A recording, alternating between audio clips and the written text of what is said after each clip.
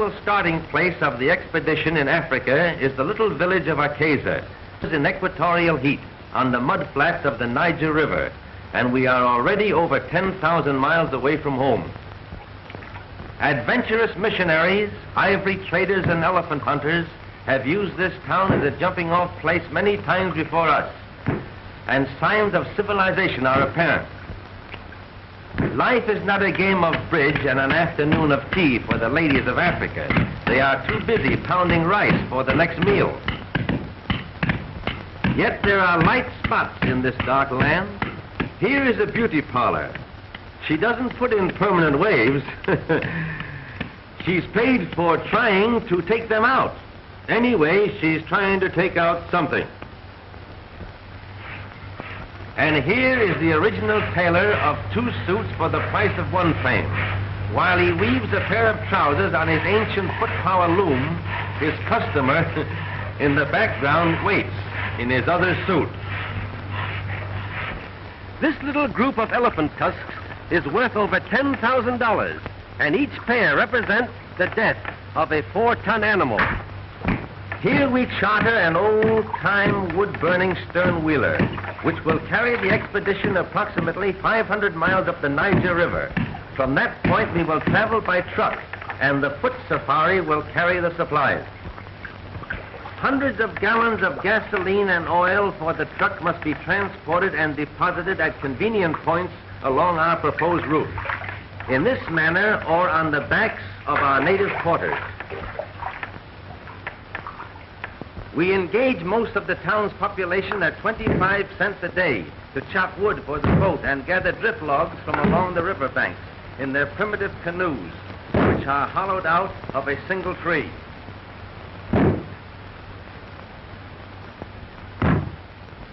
The foot safari of 200 natives are chosen from various tribes, and the immense amount of necessary supplies are divided into small loads, which they can carry on their backs far in advance of the truck and sound equipment. The fact that each tribe speaks a different language lessens the possibility of them all striking or quitting the expedition at one time. How would you like to carry 60 pounds on your head 20 miles a day in torturous heat? Finally, the entire expedition is loaded onto the steamship which will carry us up the Niger and into the heart of the dark continent.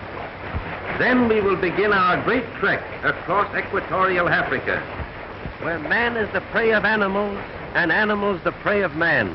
Africa the unknown. The crossing of the Shari River presented a problem until we found a trader with a small portable motor attached to a rowboat. Our own men fashioned a flimsy raft of 3 dugout canoes, which didn't look very safe, but was better than nothing at all. So we put the truck on and took the chance of walking back if anything happened in midstream. Goodbye, everybody. However, many trips landed everything safely, and on the other side we met some lonesome Frenchmen who treated us to wine and a very fine dinner. They were surprised to find that we had come all the way from the west coast by motor. At last we arrive on the edge of the great Ituri forest, in which elephants, the largest of all animals, and pygmies, the smallest of men, are found.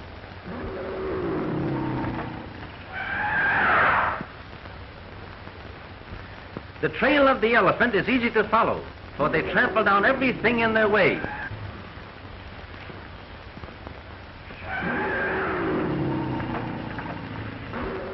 Larger in size, but comparable in bulk to the rhino, elephants differ greatly in brains. They are the wise, are the most stupid.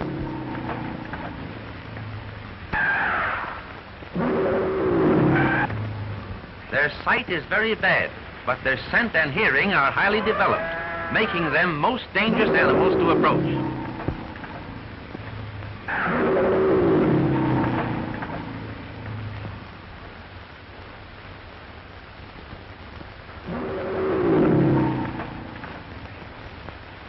A family like this are very loyal comrades. They have been known to carry a wounded pal away from danger, supporting his immense body between them at the risk of their own lives. The African elephant, unlike his Indian namesake, has never been successfully trained for the use of man. Until recent years, ivory hunters penetrated the haunts of the elephant for centuries, killing millions of these majestic mammoths and taking away nothing but their tusks. We had been unable to find a route through the dense forest to the pygmy village, so we seized this opportunity to bribe our way with salt, which necessity of life is very difficult for them to obtain. Boy! Kuja Hapa! Kuja! Kuja Hapa! Here you are. They love it. Like a child loves candy. It's very scarce in the forest. Chumbi! Chumbi Mingi! Kuja!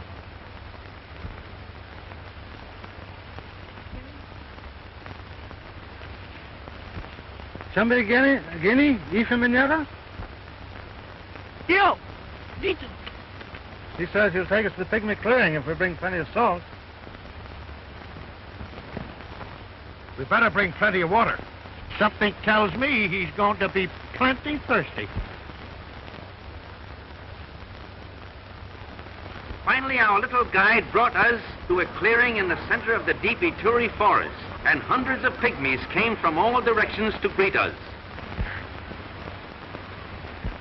The average height is a little over 4 feet, and they rarely weigh more than 75 pounds, but they are well proportioned and comparatively strong.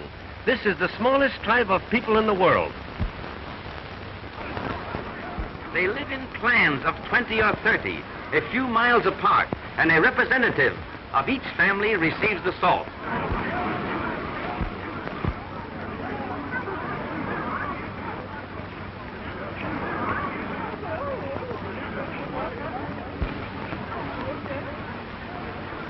The clan leaders are in turn ruled by a great king who occupies his throne through blood succession, just like the crowned heads of Europe. He is honoring us by coming in from the depths of his forest capital.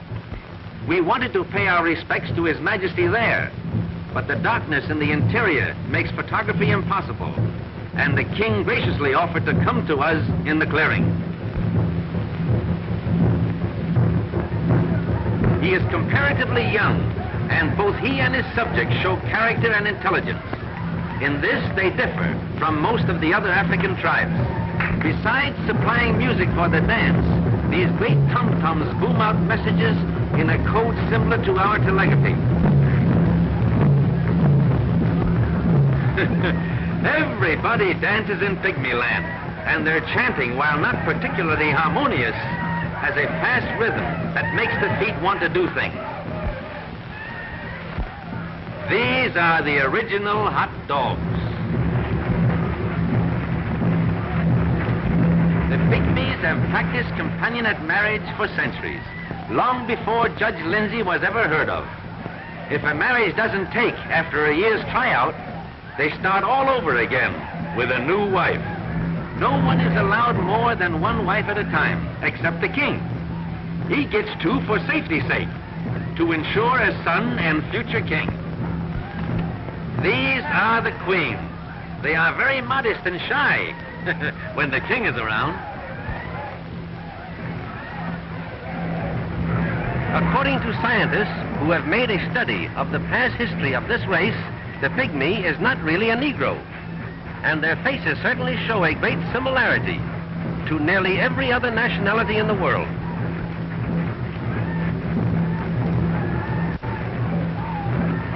Less than 2,000 of this particular tribe are known to exist, and until our visit, no one ever knew the proper tribal name, which is Ifi, I-F-I, Ifi.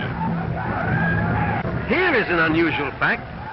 This peculiar style of wrestling is exactly the same as a very popular sport in Japan called rice wrestling, and here we find it in the center of Africa, 10,000 miles away.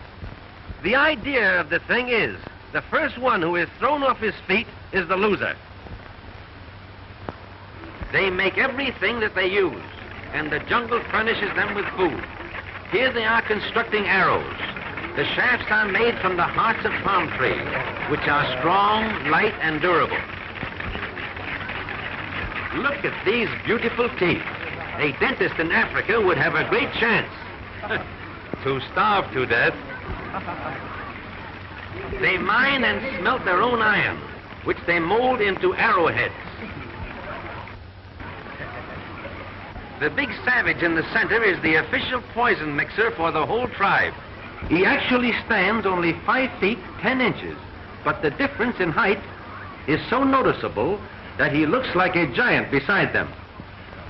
This man belongs to another tribe and is maintained by the pygmies for one purpose. He mixes the poison. Then they dip their arrows into it and put the blame on him for whatever they kill. Their own conscience is clear because the force of the arrow will not cause death, but the poison does. That's their way of escaping responsibility. Darn clever, these pygmies. The large mound with the little house on it in the background is a great anthill. This is where we lived while here. They shoot very accurately, but depend more on the poison than the force. By their fat tummies.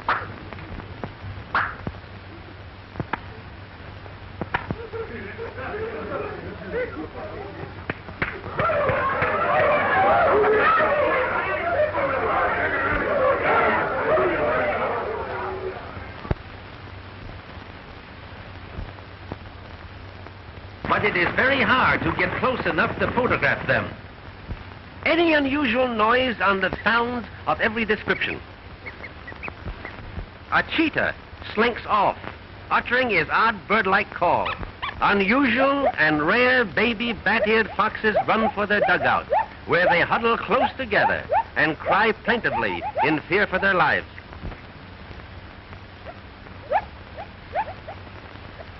Even a herd of ostriches glide by.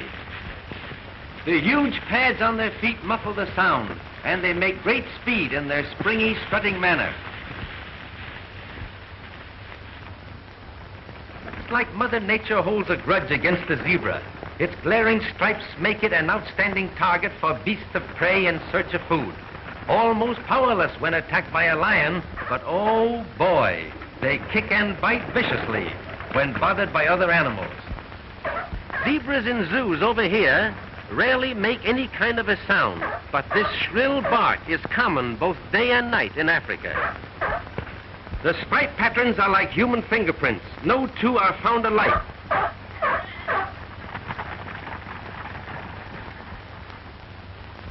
They are often found grazing in company with a herd of topi, which are similar to a large American deer. These two widely separated species often fight together against their common enemy, the lion. The ripples across the picture in the background are heat waves, for it is 130 in the shade, and we never found much of that.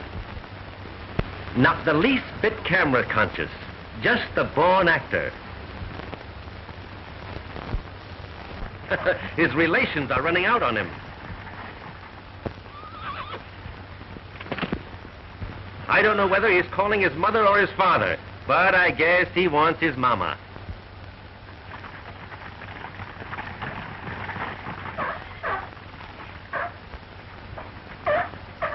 Though lions kill hundreds of thousands for food each year, the zebra still survives and increases in number, and their pounding hoofs in mad stampede can be heard on all the velds of Africa.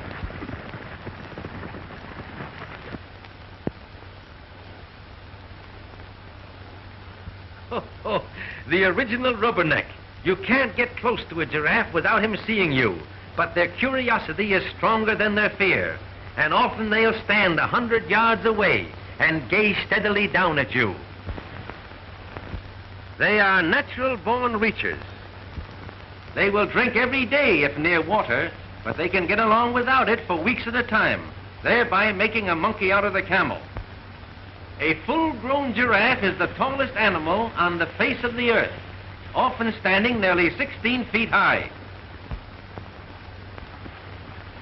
Hunters rarely kill these harmless monsters, but the natives often do, for the hide makes a bullwhip 30 feet long without a break.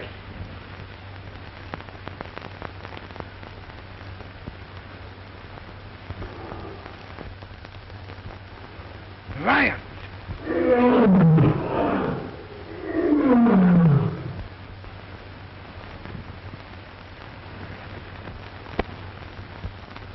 But these two lions are stuffed with food and lazy. They're just looking for a shady place to snooze. But Mr. Giraffe doesn't trust them. He just remembers a very important business engagement elsewhere. For such awkward bodies, they can make great speed, sometimes traveling as fast as 40 miles an hour. Our microphone registers only the hoofbeats. For giraffes, having no vocal cords, cannot utter a sound. They're just naturally dumb. But not quite as dumb as the yokel who first saw one in a circus and said, "There ain't no such animal."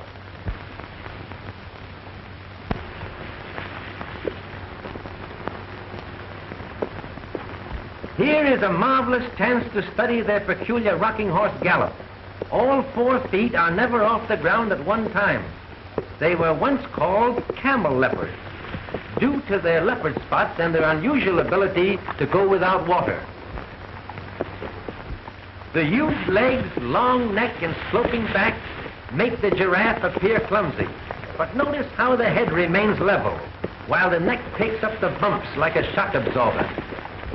They could run clear across the picture with a glass of water between their horns and not spill a drop. Once underway, these great runners are hard to stop, and they have often hung themselves on the telegraph wires of the new railroad, which has been started from the Indian Ocean coast.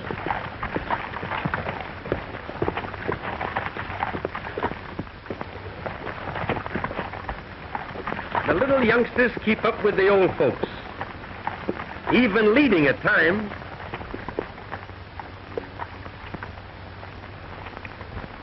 Here is a sure enough neck-and-neck race, with the little fellow trying to hitch on behind. If he only had sense, he'd grab that tail. Flamingos by the million. Each bird stands nearly 4 feet high and weighs about 30 pounds, but the flesh is odorous and unfit to eat. It looks like the parade of the wooden soldiers.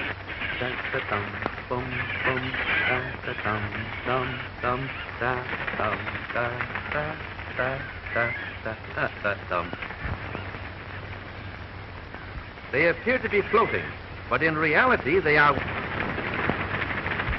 It is an amazing sight to watch a flock numbering hundreds of thousands suddenly lift themselves into the air, so thick that they hide the sun. Thick is the reality of an artist's dream.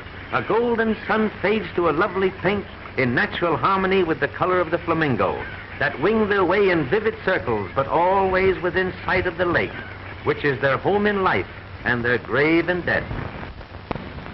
Watch the fish trying to gain the upper water so they can spawn in the place where they were born.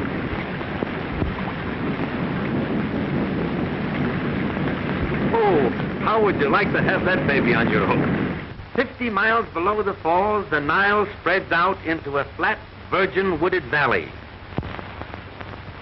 Unusual trees such as this dot the shores, and in the interior, a short distance, are almost impassable papyrus swamps. It is here that the famous tsetse fly, which causes sleeping sickness, breeds, and the far-famed white rhinoceros makes his home. Here he is, the square-lipped, or so-called white rhino. He is much larger than the common black variety, and less than 200 are known to exist. Gosh, that's a big one. What do you think he weighs? Oh, about 3 tons. Gee, all bulk and no brains.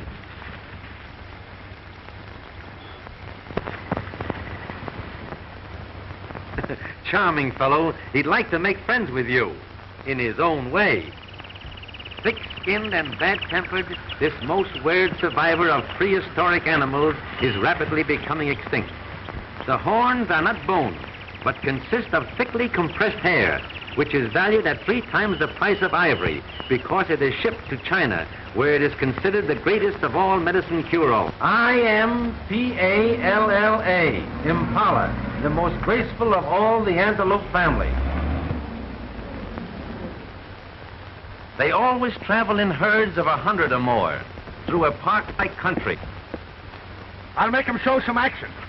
Be careful. Don't hit him. I won't. When frightened, they jump, much like a kangaroo, but infinitely more graceful. The natives call this the dance of the impala, but we call it the dance of the leaping linas.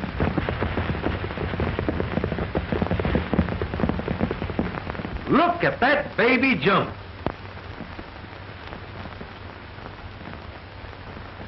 If you notice, folks, the one without a hat is a distant relative to the Mexican jumping bean. No authority seems to know why the impalas jump. It's just another of those unexplainable mysteries of African animal life. When they stop, no amount of outside interference can stop them again.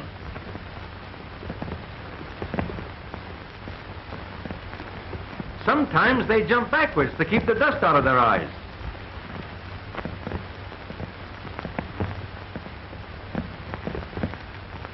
They almost seem to have wings as they literally glide through space. Their lithe bodies sail through the air for as much as 40 feet in a single jump, and 12 to 15 feet high, but sometimes higher in the spring.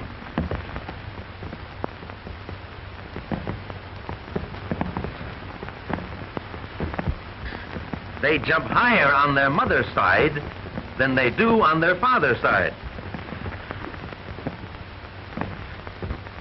Here's a great job for a cowboy, breaking in one of these things. It's probably something they ate last night. There goes 3 of them up together. Lions eat very few impalas because the impalas keep him on the jump, and the lion goes crazy trying to catch up.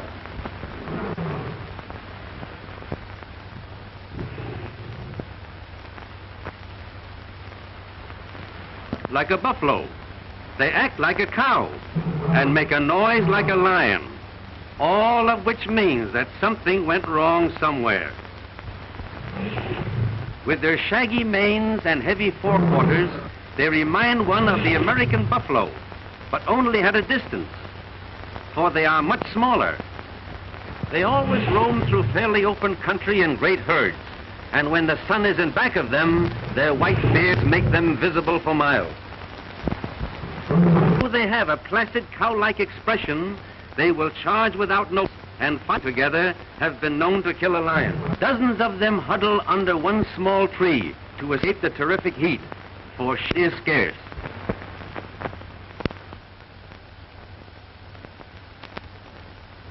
Though there are many hardships connected with an expedition of this kind, the charm of Africa lies in the ever-changing things of interest.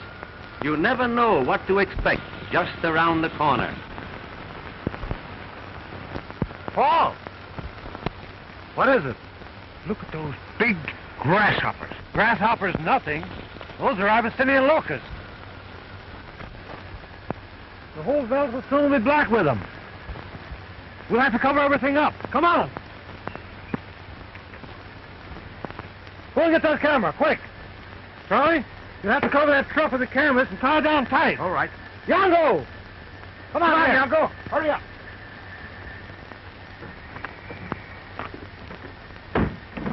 Get a hold of that crap, quick. Come on, pull it right down. Come on with that camera. I'll help them on the truck. Get over there, get this rope. Go on around there, Mickey. Hurry up. You got it? Tomorrow I will bring locusts unto thy coast, and they shall eat every tree which groweth for you out of the field. This tremendous swarm is just such a visitation of locusts as Moses called down to punish the wicked Pharaoh of Egypt 3,500 years ago. They'll be on us in a minute. Let's photograph them from the inside.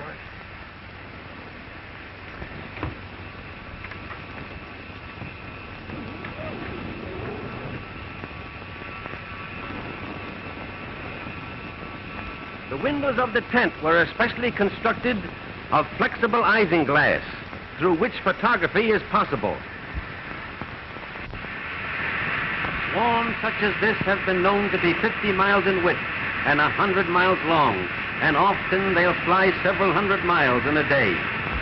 They strike terror into the hearts of man and beast, and natives in a stricken territory watch with feverish anxiety as the creatures fly overhead, praying that they will continue their flight without alighting to devour their crops and ruin their food supply. They hit the tent like hailstones. Are the boys safe? Yes, I put them in the cab of the truck. Like an enormous storm of black flakes, they cover the earth in a ravenous horde, eating every bit of grass in their path. Every animal leaves the stricken area, and hundreds die in their frantic efforts to shake off the pest.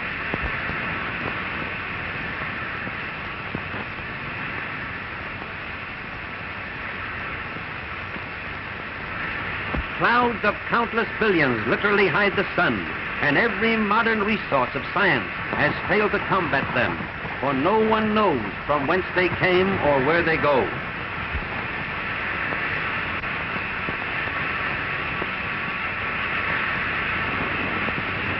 Hand of a higher power, the wildebeest know by instinct that the only way to escape disaster is by taking a course at right angles to the wind, because the locusts fly with the wind. It is estimated that there are about 60,000 locusts to the square yard, and a swarm such as this covers millions and millions of square yards. Unlike the Bible plague of old, the present plague is no respecter of race, creed, or country.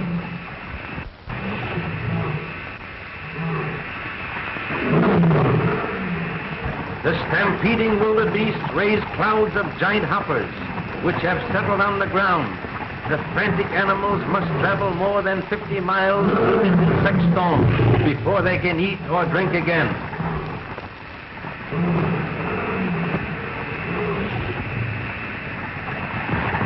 In the evening, they continue to come down from the sky in millions, settling on every bit of green vegetation in the countryside. They break strong branches of trees by the sheer weight of their countless numbers, and the ground is covered with a blanket at least 6 inches deep. All through the night they eat every blade of grass, every leaf of the trees, and in the morning this beautiful country is transformed into a bleak and barren desert. To our knowledge, we are the first in the history of motion pictures to record and photograph this phenomenon of nature.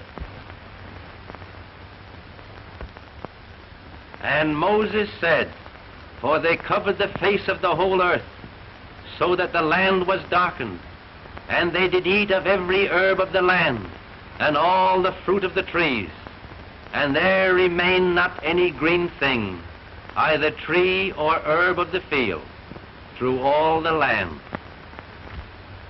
With their crops and food supply ruined overnight, whole tribes of natives have been caught in a scourge like this, to die of starvation before they can get out of the devastated area. It was our good fortune that the truck contained sufficient food to carry us out of this ravaged country to our next supply station. After many days of travel in equatorial heat, we climbed to the summit of the Banaugi Mountains. Below is the Tanganyika Valley of Lions, and here among the tribe of Maasais, the most profound tragedy of the entire trip took place. And here in the shelter of a great rock, the Maasais build their Manyata, or thorn-enclosed village, which houses the old men, women, and children of this famous cattle-raising tribe. This Manyata is completely surrounded by an 8-foot wall of thorn bushes, with the cow-dung huts of the natives just inside the thorny circle. This peculiar construction is a protection against night-prowling lions. In the evening, the entrance gate is also plugged with the thorn bushes, and the cattle are herded into the center, where they are comparatively safe through the night of marauding lions in search of food. The whole assembly is only a temporary city, for when the grass is gone from the nearby fields, the entire tribe moves to a new location. A Maasai prizes his cattle rather more than his wives, and he has about the same number head of each. Both are traded in regularly, and the prices vary according to the supply and demand. The old chief told us the average price per maiden is 1 steer, 2 cows, and a keg of honey beer. Of course, second-hand wives are quoted at cut-rate prices. He said he was a good trader and trotted out his collection of female curios to prove it. It is the duty of the Maasai women to take good care of the calves as well as the children, and the chief apologized for those of his wives who were out helping the cows. The rest of them wouldn't come out. Some of the others were nursing calves, for this duty is just as important as the care of the children. Copper and iron wire form the principal adornments of the Maasai women, and their social standing is graded by the amount possessed.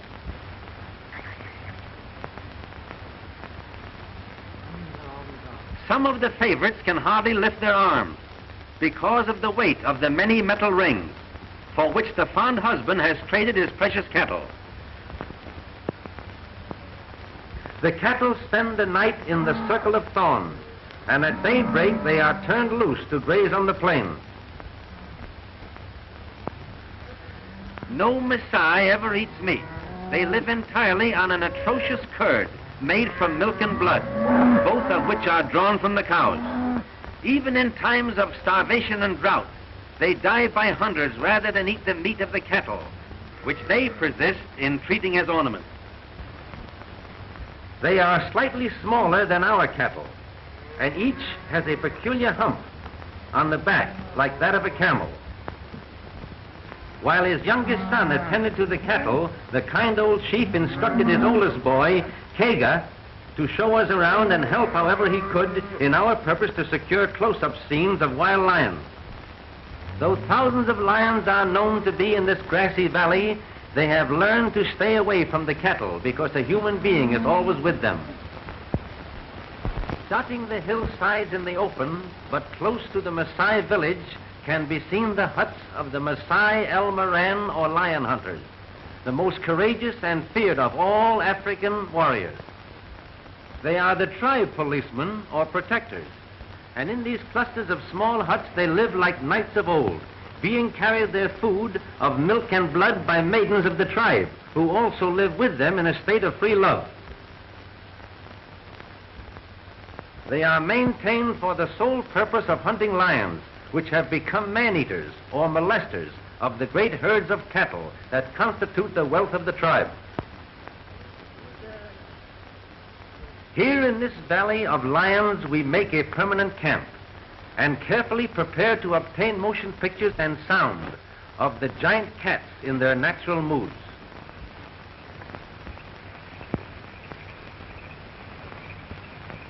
You know, this reminds me of a duck blind back home.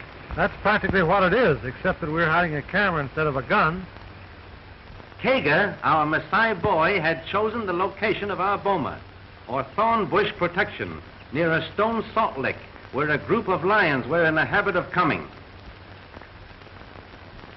On his ant-hill throne he scans his realm, always in search of an unwary wildebeest, zebra or warthog, which will afford a target for his hunting skill or satisfy his enormous appetite. They prefer zebra meat to any, and kills like this are to be seen nearly every day. Next to the zebra, harmless gazelles make easy prey for even the smallest of the killers.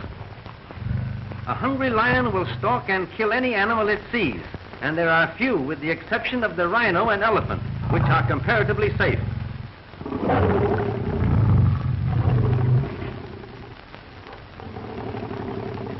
Truly the king of beasts, flesh-eating and blood-drinking, but now a picture for an artist's eye. Though she appears as gentle as a tabby cat, the female is more deadly than the male.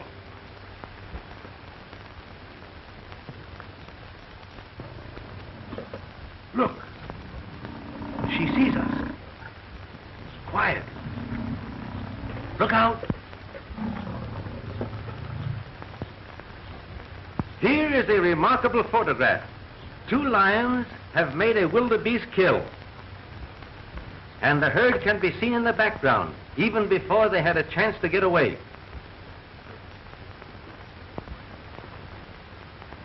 Even at that, some of the best pictures escape our camera. For instance, we saw this great female leap clean over the hedge in the background, carrying a 200-pound gazelle in her teeth. Lions are not supposed to be able to climb trees. But how would you like to be where the meat is?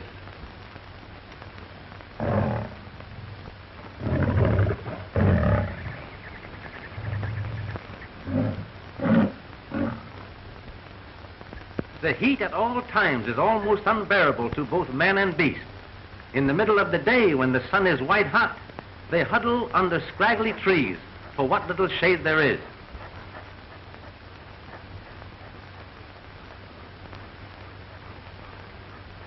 Lions are rarely found in large numbers, and it is quite unusual to photograph 7 at one time. At 3 months of age, the cubs cry for meat, and mother must provide. For these have not yet reached the age when they can make a kill of their own.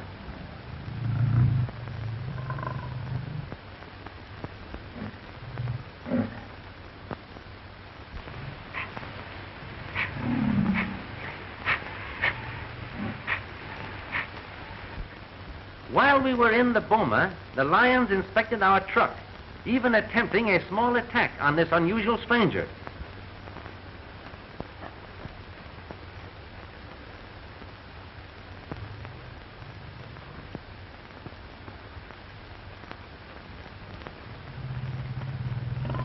They tore off a spare tire and slyly took a little nibble at it.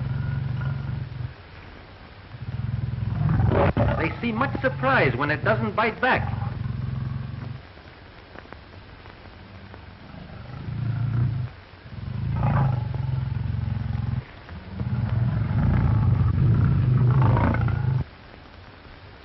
There is a widespread belief that lions live in the jungle, though the truth is just the opposite. They are always found in open grassy plains, because the lion is a meat eater, and he feeds entirely on animals, which in turn live off the virgin grass of the open country.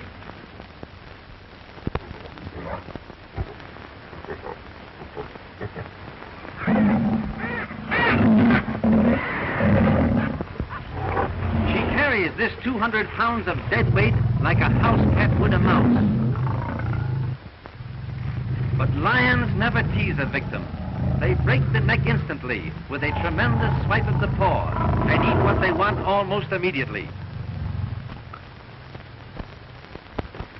Others have caught the scent of the kill and come in uninvited to attend the banquet.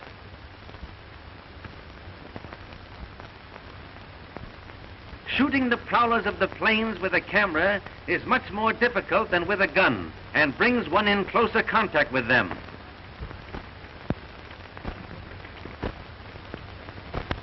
There are no place cards at this feast, but despite their noticeable lack of manners, it is a remarkable fact that they seldom quarrel over a kill, but share it amicably.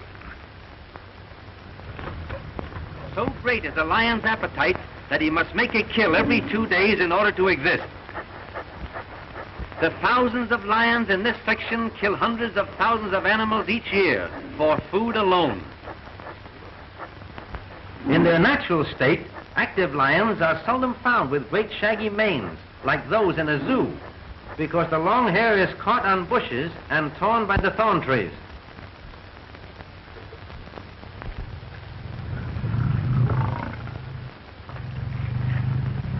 Trigger! Get rifles from motor car, quick!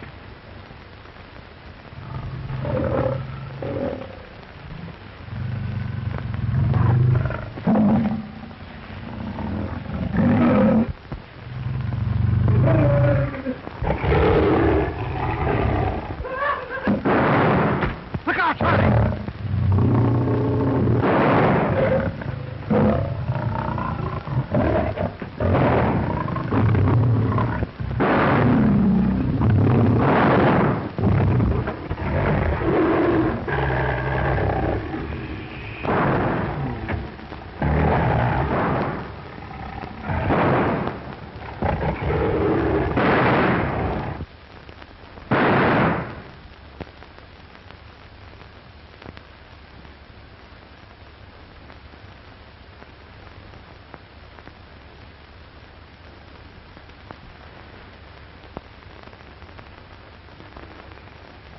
The boma! Quick!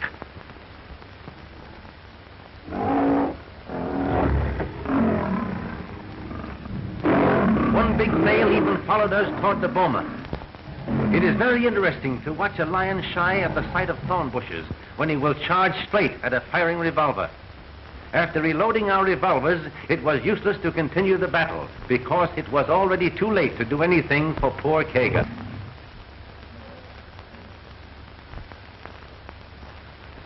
Handicapped as we were, with the rifles in the truck, we were forced to wait the rest of the afternoon for the lions to leave. Finally, 5 out of the 6, which were around us, trooped off behind the leader. Only one of the man-eaters remained at the kill. A flock of vultures awaited his departure, and behind them in the distance, a ring of cowardly hyenas also await turn.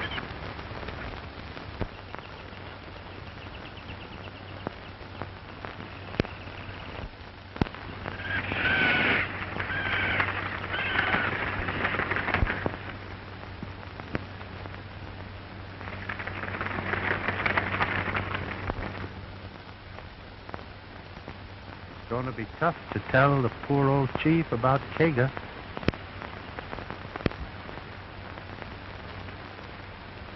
Come on, let's go.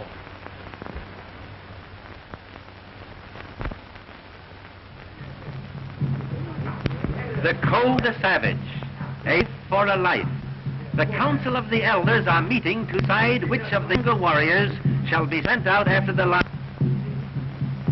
They have long been accustomed to kill with the spear, lions which are man-eaters or Malay cattle.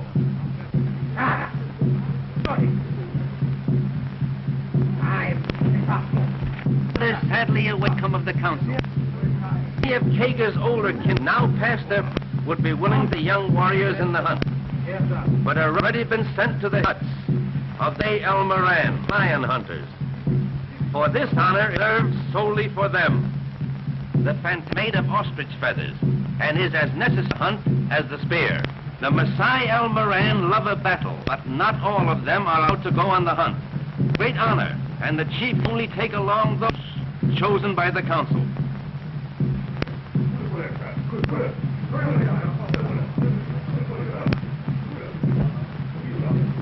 Most of the younger warriors wear headdresses made from the manes of the lion they have killed. All their lives they have lived foods, blood, milk, and water, and they are as fit as lions they hunt, cruel and fearless. They let us come along to photograph the hunt, only on our solemn promise not to shoot the lion.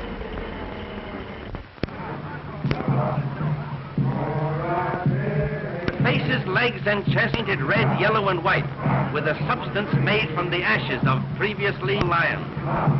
Naked or half naked, with girdles of leopard skin, buffalo hide shield colored with bold patterns, carrying a long bladed spear. For now, master of the West, the terror that stalks by night, this grim lord of slaughter, his doom at the hands of the only foe who him. This is the challenge.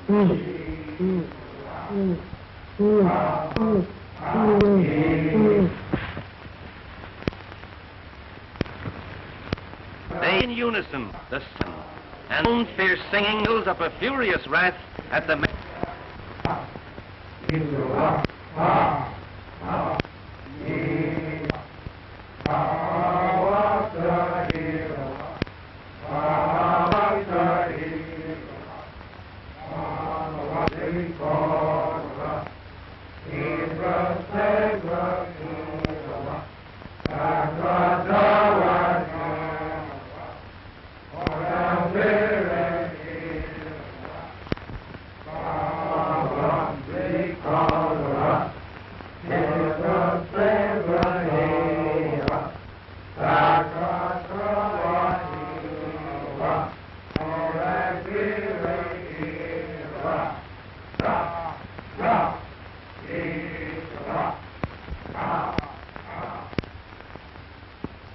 All morning the tireless Maasai warriors have advanced across the rolling grassy plains in long lines.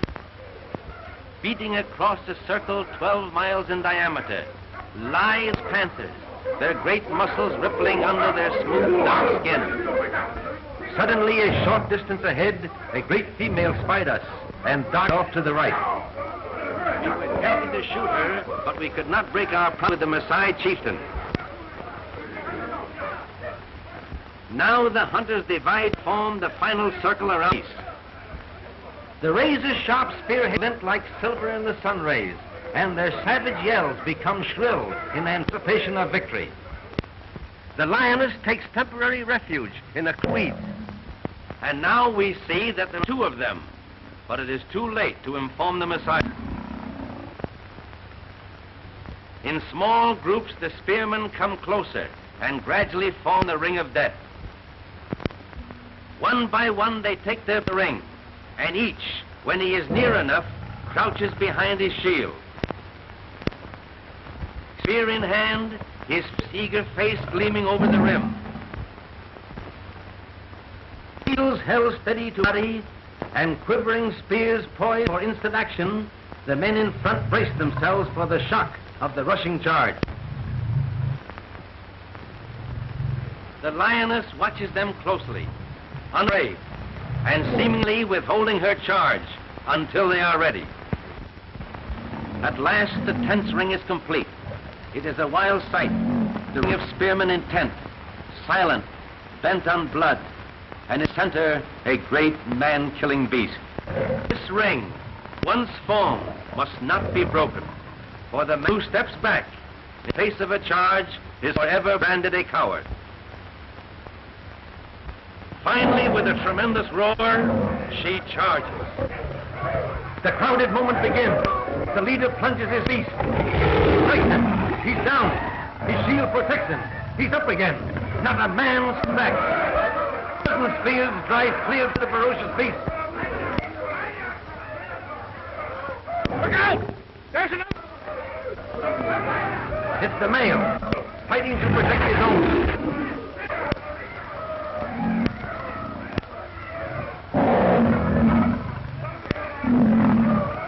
Look out! He's got another one. Quick as lightning, the spears flash again. Even as he falls in death, he bites at the spear.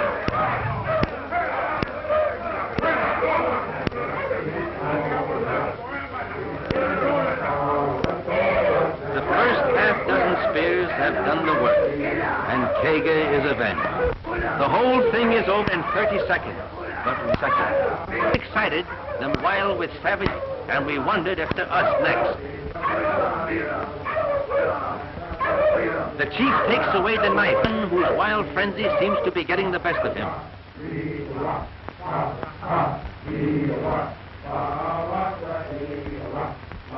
Strange to say, the victors appear unhappy over their victory, for the lion is symbol to them of everything great, and they worship his power with deep respect. Finally, the end of this day of thrills is the Maasai tribute to their fallen foe. Reverently, they move the carcass of the lion on another spot than that on which it died.